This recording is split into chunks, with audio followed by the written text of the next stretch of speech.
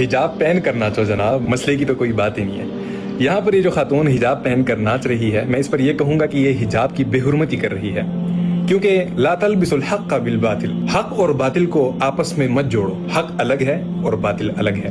वो एक बुजुर्ग फरमाया करते थे कि उठो खुदा का खौफ करो, कुछ मकरो रिया से काम न लो, या इस्लाम पे चलना सीखो या इस्लाम का नाम न लो। कुरान में भी अल्लाह सुब्हानहू व तआला फरमाते हैं, या अय्युहल्लज़ीना आमनु उदखुलू फिस्सिल्मि काफ़ा, के ए ईमान वालो दीन में पूरे के पूरे दाखिल हो जाओ। और यहाँ पर मैं आपको एक वाकया भी सुनाना चाहूंगा इस सिचुएशन को देख के कि इतनी सारी लड़कियों में दो हिजाबी लड़कियां खड़ी होकर नाच रही हैं। वाकया कुछ यूं है कि दो नॉन वेजिटेरियंस के साथ एक वेजिटेरियन ठहरता है उनके रूम में। अब जो नॉन वेजिटेरियंस है वो क्या करते हैं कि वो गोश्त वगैरह खाते हैं। अब हर दिन ये लोग गोश्त खाते हैं और ये जो वेजिटेरियन है ये इनको जनाब कोसता रहता है, इनसे दूर होकर बैठकर खाता है। इसको वो जो गोश्त की खुशबू होती है वो उसके लिए बदबू होती है, तो वो उनसे दूर दूर रहता है। लेकिन with the passage of time सबसे पहले क्या होता है कि उस वेजिटेरियन के लिए उस गोश्त की जो खुशबू है वो नॉर्मल हो जाती है। फिर कुछ दिन बाद वो नॉन वेजिटेरियंस के साथ टेबल पर बैठकर खाना शुरू कर देता है।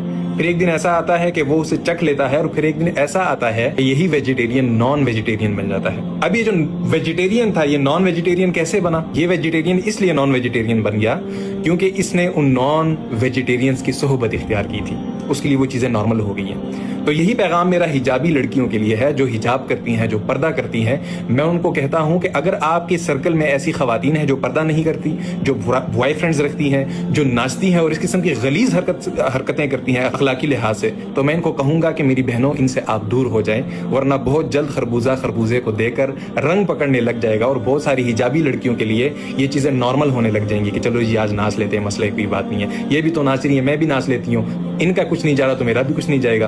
तो बहनों से मैं गुजारिश करता हूं कि अपने दोस्तों का इंतखाब सोच समझ कर करें। ऐसे दोस्तों से ताल्लुक तोड़ दें जो आपके ईमान को जहन्नम के दहाने पर ला खड़ा करें। वमा अलैना इल्लल बलाग। अस्सलामु अलैकुम व रहमतुल्लाहि व बरकातुहू।